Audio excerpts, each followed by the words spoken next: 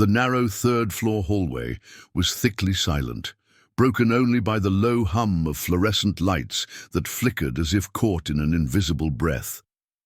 Amanda, a nurse on the night shift at St. Helena Memorial, walked with measured steps, her clipboard pressed to her chest. The chill wasn't coming from the air conditioning. It was a chill that seemed to rise from the walls, seeping through her skin. As she approached room 312, a subtle movement caught her eye. Between the wall and the hospital, in curtain, something shifted, as if a fragment of darkness had come to life. It was small, almost imperceptible, but there was a cadence to the movement, an organic rhythm that belonged neither to the draft nor the vibration of the light. She stopped. The seconds stretched. The curtain fabric billowed slightly inward, as if someone standing behind her was breathing. There was no patient register there. There shouldn't be anyone. Yet the shadow seemed to know it was being watched, and remained, still, waiting for Amanda to take the next step. Instinct told her to retreat, but Amanda moved forward, drawn by the feeling she needed to see. Her trembling hand touched the curtain. The fabric was cold, as if it had been left under a block of ice. She slowly pulled it back, revealing only emptiness and the white wall. Brief relief. Then she realized. The lamplight cast a shadow on the floor, but it wasn't hers. The silhouette was turned away, just inches away, with narrow shoulders and a slightly tilted head. Before she could scream, the shadow moved soundlessly, crossing the floor like thick smoke and ending up in the darkest corner of the room. At that moment, the unplugged heart monitor began to display a frantic trace, as if registering the pulse of something invisible. Amanda stepped back, but the accelerated beeping became a continuous, low sound that vibrated her bones. The curtain behind her swayed on its own. A hoarse whisper, almost swallowed by the air, came from nowhere. "You took a while." St. Helena Memorial was built in 1924, when hospitals still felt like convents and factories at the same time, with long corridors and tall windows, an architecture that pretended to protect, but echoed cold. Over the course of a century, the building gained new wings, air ducts and faster elevators, but on the third floor it retained an ancient trace of silence that refused to respond to renovations. There, early mornings held a particular weight, as if the air were thickest between 2 and 4 in the morning. The staff knew the honest noises of the place, the late click of a valve, the creak of wood, the drip of condensation, and also knew the noises that belonged to nothing visible. Stories circulated in hushed tones. Room 312 was reputed to chill the neck of anyone who stood still too long, to blow a breath that wouldn't come from any vent, to induce a kind of fatigue that began in the eyes and ended in the chest. After the recent death of Richard Palmer, a former chronic patient who had spent weeks there, the room was emptied, equipment collected, papers removed, but a curtain remained. No one remembered leaving it. It was the old model, thick hospital fabric, a metal rail fixed flush to the wall. The kind of thing that used to separate only the bed from the world. In that empty room, the curtain seemed to separate the world from something else. That night, Amanda, an attentive nurse, quick on her feet, a scientific gaze that had learned to distrust even her own fear, was on duty. Ezra in equipment technical support, Louise as head nurse, and Ortiz, the security guard, was on duty. The digital clock in the station always showed a stubborn 1-minute delay, and no one bothered to adjust it because, in the wee hours of the morning, one more minute gave the impression that the night was advancing. At 3:10, the hallway breathed its routine. At 3:12, something between the wall and the curtain moved. It wasn't a soft breath. It wasn't someone passing by. It wasn't a frank fold of fabric. It was a thought-sized shift, a crease that was slowly made and undone, precise enough to seem intentional. Amanda saw it first. The runner himself felt it before seeing it. Amanda stopped 3 steps before the threshold, her body learning a caution that didn't originate in her head. The clipboard, instead of a shield, became a weight. She tilted her face at the angle where the light from the dying lamps decides to confess flaws, and waited for the hospital's logic, so faithful to protocol, to offer an explanation. The curtain remained smooth for a moment, the fabric barely rippling with the over-calibrated air conditioning, and just as she had almost accepted the banality of an improperly distributed airflow, the crease returned, a subtle pull inward, as if the wall were breathing in. Amanda called Louise on the radio, her voice low so as not to wake the few patients in that section. "Chief, 312. There's something strange with the curtain." Louise arrived with a small flashlight and the practical skepticism of someone who's learned to diffuse rumors before they turn into panic. Ezra came soon after, out of technical curiosity, always curious about anything that could make a piece of equipment lie. The 3 of them stood in a triangle, Amanda to the left of the door, Louise in the doorway, Ezra further back, and watched. There was no detectable draft. The circulation was steady, and yet, between the wall and the curtain, a kind of moving shadow formed. Not a shadow projected from outside, but a darkening within the narrow space itself, a thickness of darkness that thickened and emptied in rhythm with breathing. "Must be a negative pressure vacuum," Ezra ventured, but the very word sounded timid. Louise reached out to pull the curtain back, determined to nip the suspense in the bud, and at the last second, without admitting it, she gave up. She touched it with her fingertips and pulled it away as if checking the temperature. "Cold," she said, and the word felt heavier than expected. Amanda pointed the flashlight from her pocket, but the beam, upon touching the fabric, lost power, as if the light were too dense to penetrate. It was then that the switched-off heart monitor, tucked away in the corner on a stainless steel cart, clicked and came on by itself, spitting out a trace that resembled tachycardia, a life where there was no body. Ezra ran to it, checked the disconnected outlet, checked the battery, no reason. Louise, reflexively, pulled back the curtain. There was only a white wall, and on the floor a shadow that belonged to no one there, turned away, recorded by no light, and yet perfectly outlined, as if it were the negative of a person standing. The shadow turned its head, and there was no head to turn, only the intention of the gesture, and slipped under the empty bed, squeezing in like smoke. Amanda felt the physical certainty that something had responded to their attention. The radio hissed, the time struck 3:12, and the hallway, for the first time that night, seemed to hold its breath. The first rule of survival at St. Helena, taught without a sign, was this: when something doesn't make sense, you invite reason into the room. The 3 of them backed away from 312, like giving space to a skittish animal, and walked to the security checkpoint 2 doors down. Ortiz, absently chewing gum, turned the monitor toward the 3 of them, and Louise asked, without explanation, N3, 310 to 314. The screen split into 4, and the upper left quadrant showed the corridor in perspective, with the door to 312 in profile. They rewound, fast-forwarded, nothing. A perfect, smooth corridor, without people, without curtain movement, without anyone nearby, and yet they were there, and they saw it. "Another camera. The angle of the glass of 312, Amanda asked, and Ortiz switched to an angle that caught the curtain reflected in the opposite window. The reflection showed a slight swelling of fabric at precisely the right moment, a pulse of shadow between wall and curtain. In the direct image, nothing. "Interference," Ortiz ventured in disbelief. Ezra called up the ventilation map on the hospital tablet, navigated the ducts, checked flow rates, positive and negative pressures. Nothing explained localized breathing between the rail and the wall. They returned to the room with a portable infrared thermometer and an anemometer. They measured the air. 0. Flow near the baseboard, almost no microcurrent at chest height, the temperature 2 degrees lower than the hallway, as if the wall held a winter bag.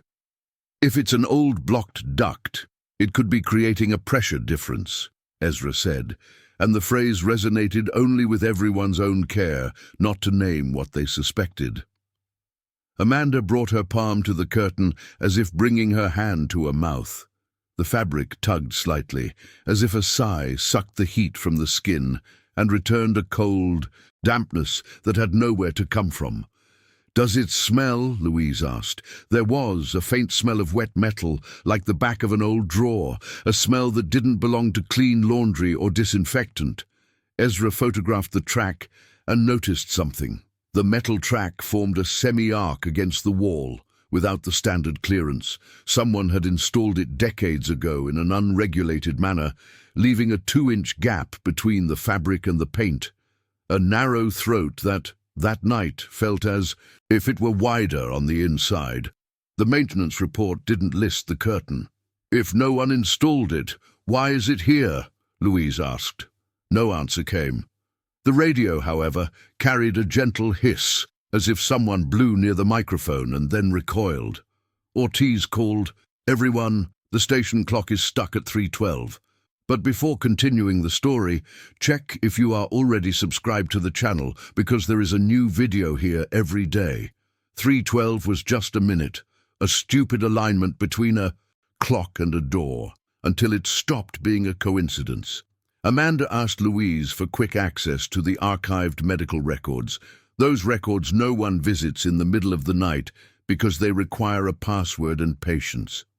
"Look for incidents between 3:10 and 3:14. Any nursing notes last 2 years, Amanda said, and Louise reluctantly agreed, knowing that giving into the investigation was the only way to keep the team running. The system responded with 6 scattered notes. Patient wrote that she woke with the sensation of someone breathing behind the headboard. At 3:12, a technician reported an anomalous drop in temperature on a summer morning, around 3:12. A housekeeper noted, not wanting to be taken seriously, that the curtains were swinging without a draft in 3 adjoining rooms, an observation that was ignored by the manager. In an old log from 1983, someone had hand-scrawled, later digitized, "Do not open 3:12 at 3:12," without context. Amanda read it, aloud, and noticed her own voice slowing down as she pronounced the time, as if she wanted to respect the spelling. Ezra, who didn't believe in magic numbers, drew relationships on the block. 312, 3rd floor, room 12, 3 people on a team, a patient named Richard with 2 stays in that room. The human mind loves patterns. That night, it seemed the patterns were staring back. The clinic's landline phone rang, and there was no one on the other end, only a hissing sound like cloth dragging. Slowly. Amanda stared at the curtain from afar and had a simple, dangerous idea. If this is a rhythm, we can interrupt it. They decided to enter at 3:11, 1 minute before the supposed pulse. Turn on all the lights, pull back the curtain, and open the window to offer the room a non-negotiable truth of air and light. When the minute arrived, the light flickered on and off. The curtain billowed against Amanda's arm as if a body were there, and the window, stuck for years, creaked as if trying to close itself. The clock ticked forward to 3:12, and at that moment everyone heard a sound that didn't belong to any device, the sound of fabric being breathed, a living thing without lungs. Louise wanted to recoil, but she didn't. Ezra opened the audio spectrum app on his phone, hiding it from himself, and saw a regular pattern on the graph, a curve that mimicked a cycle. "Whatever it is, it breathes every 7 seconds, he said, and the sentence pierced the air with all too precise precision. Improvised science at 3 in the morning demands humility. They had no laboratory, just instinct and pocket tools. Amanda used masking tape to draw a line on the floor from the doorframe to the curtain rail and another perpendicular to the wall, like someone drawing a crime map. She positioned the infrared thermometer at different heights and concluded that the cold was most intense between her knee and chest, a vertical corridor coinciding with the gap between the fabric and the paint. Ezra left his cell phone recording and asked the void, as if speaking to a patient without reactivity, "Are you there?" The answer came as a slow lowering of the curtain and a noise that wasn't a word, but had the grammar of a word, aspirated syllables, almost a name. Louise brought a stethoscope and pressed it to the fabric.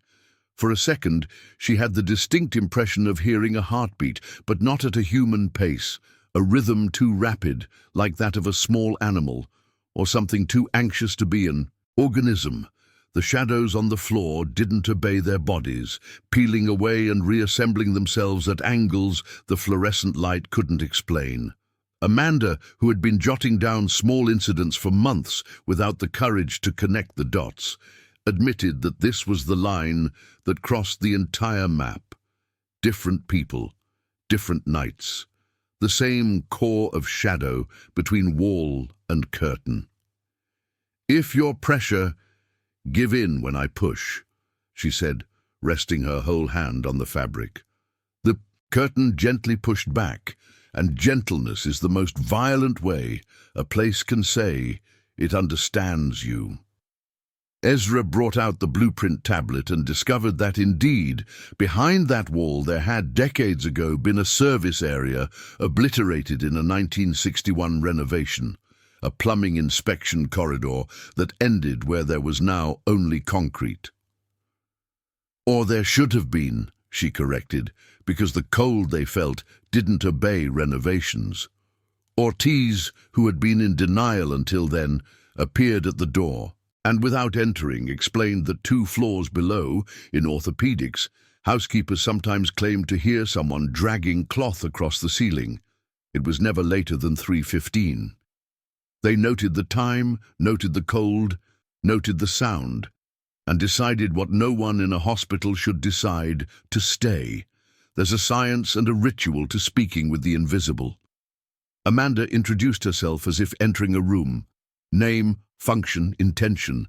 She said she would open the curtain slowly and, if something needed space, step back.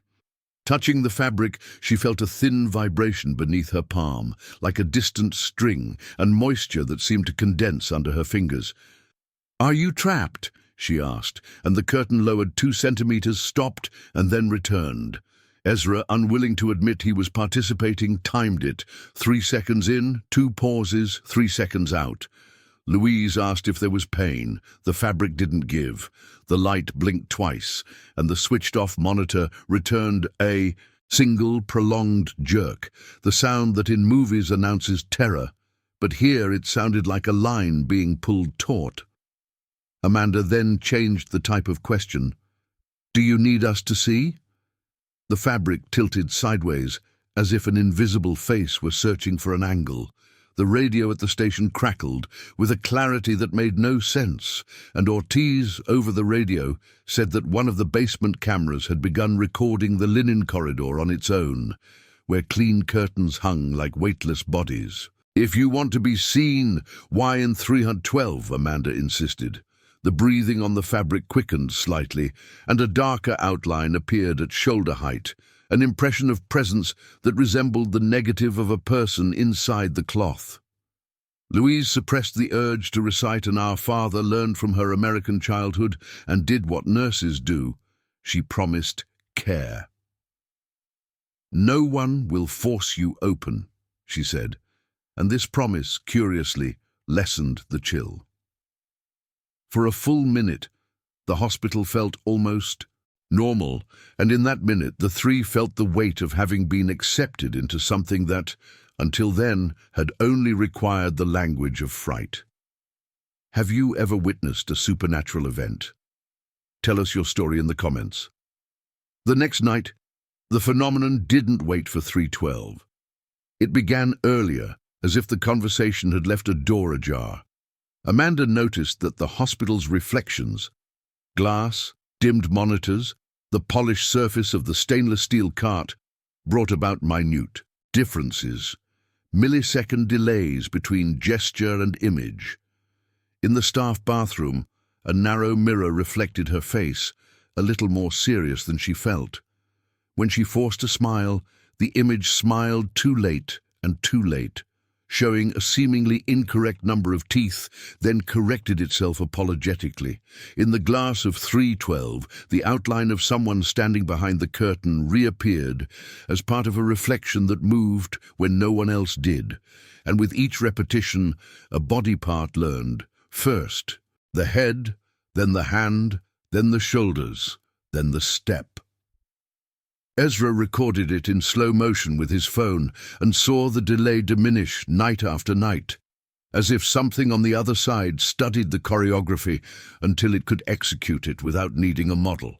Louise noticed that the most sensitive patients asked to change rooms not because of voices, not because of apparitions, but because of a practical sensation, that the room was watching. The curtain, in the few moments when someone dared to pull it all the way back, behaved like a membrane. Light passed through with difficulty, sound passed through with ease, and when it closed, the hospital seemed further away. When the delay was almost zero, something new happened. Amanda raised her hand, and the reflection rose with her without delay, perfectly synchronized. For a second, a perfect second, she had the physical impression that the mirror was no longer giving back, but following. When the mirror knows everything, it no longer needs you on this side, she thought, lacking the courage to say it out loud. That was when, at the inexorable 312 mark, the fabric bulged outward as if the other side were expiring, and the shadow on the floor outlined a foot. The old hospital map, which Ezra had obtained from a forgotten archive room in the basement, brought a layer of reality that felt like fiction.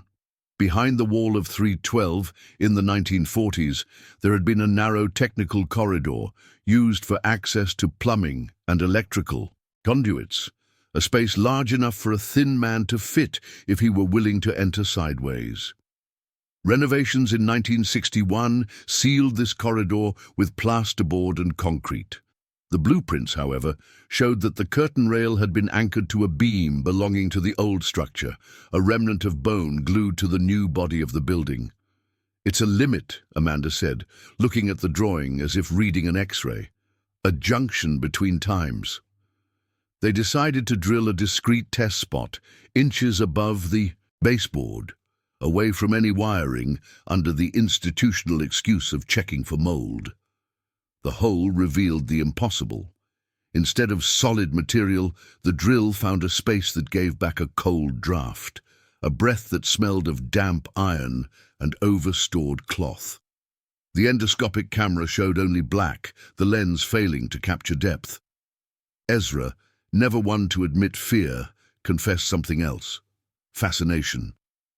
If there's a hallway still there, it's too narrow for a body, but too wide to ignore.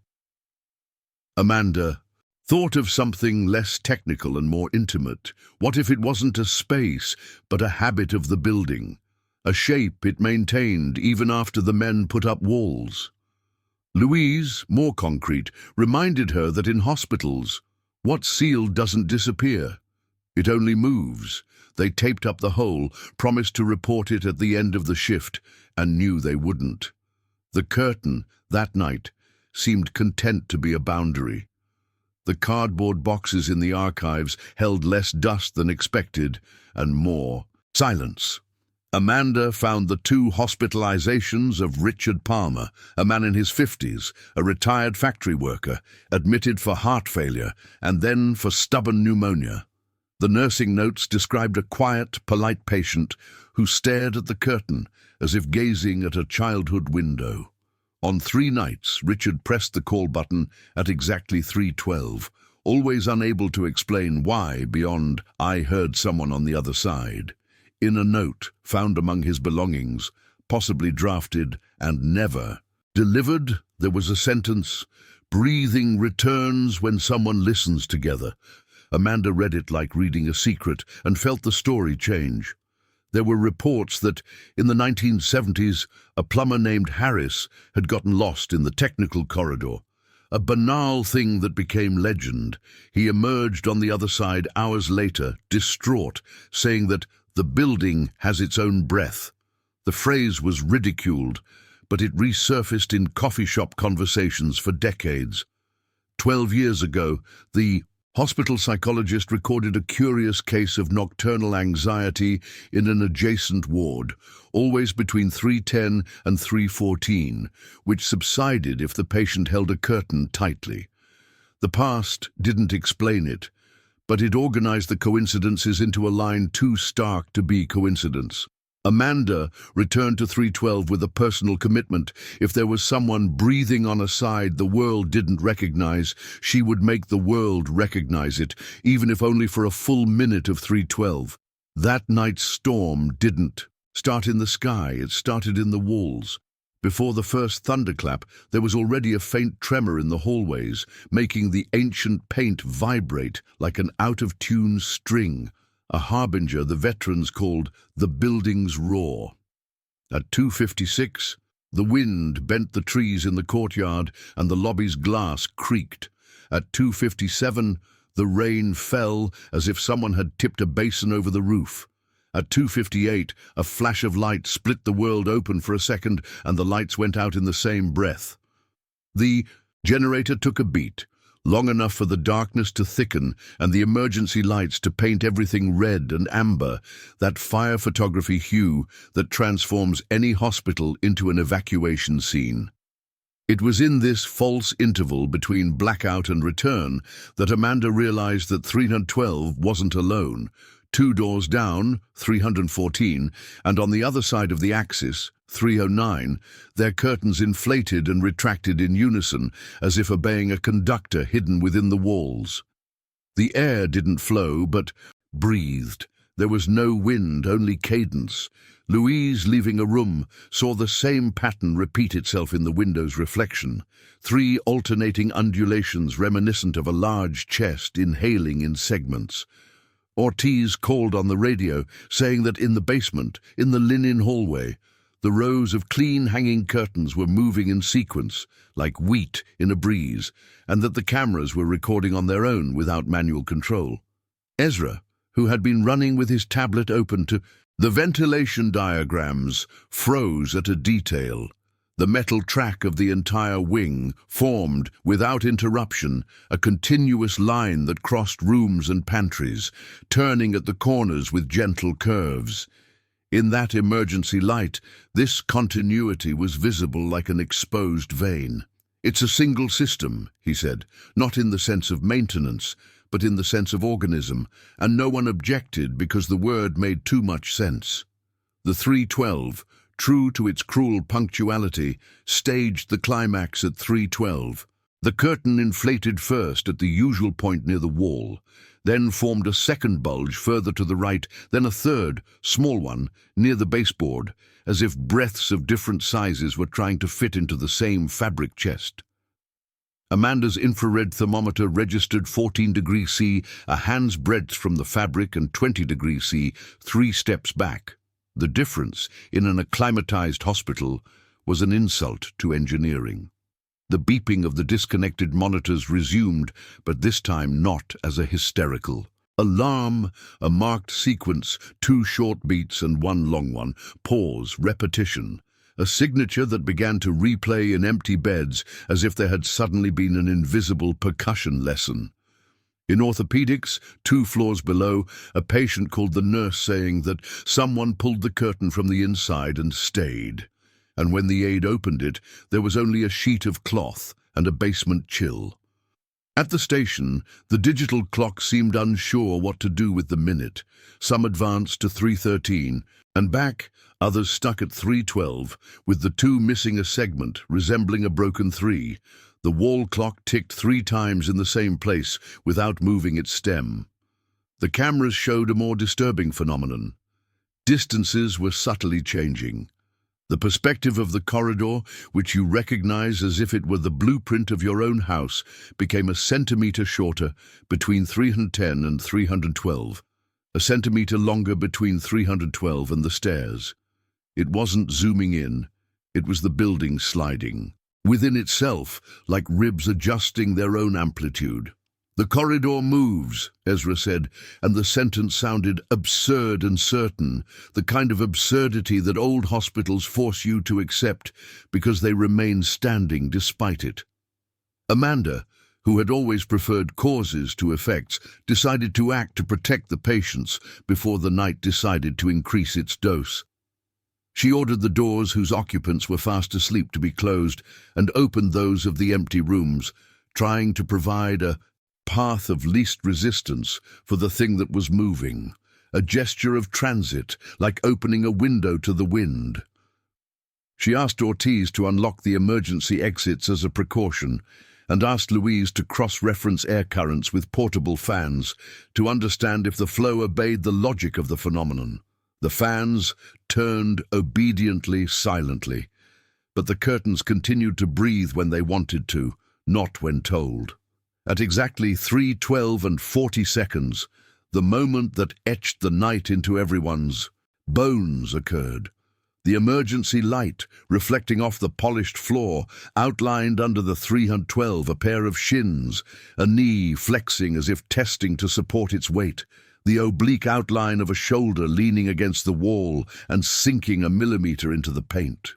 It wasn't a projection of a human body, because there was no body, but it was a projection of intention, and the intention had height, inclination, and patience. Amanda held back the urge to scream and instead spoke with the practiced calm that holds a resuscitation room together. "We can see." The phrase aligned the rhythm of the three curtains in view. For 10 seconds they inhaled together and exhaled together. The entire building seemed to gain a thorax, and then, as if it had been seen, the phenomenon retreated 2 fingers into the wall, a tiny retreat that paradoxically increased its presence.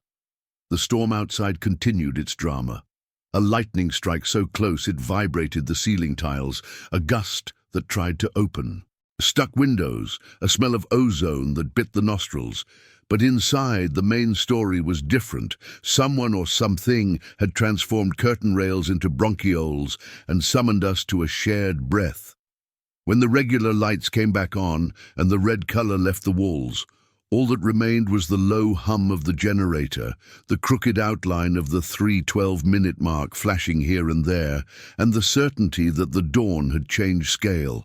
Amanda marked an X with tape on the floor where her shadow knee seemed to touch, and looked at Ezra and Louise without needing to speak. The next night wouldn't be about escape. It would be about meeting. The next night, Amanda prepared a controlled approach.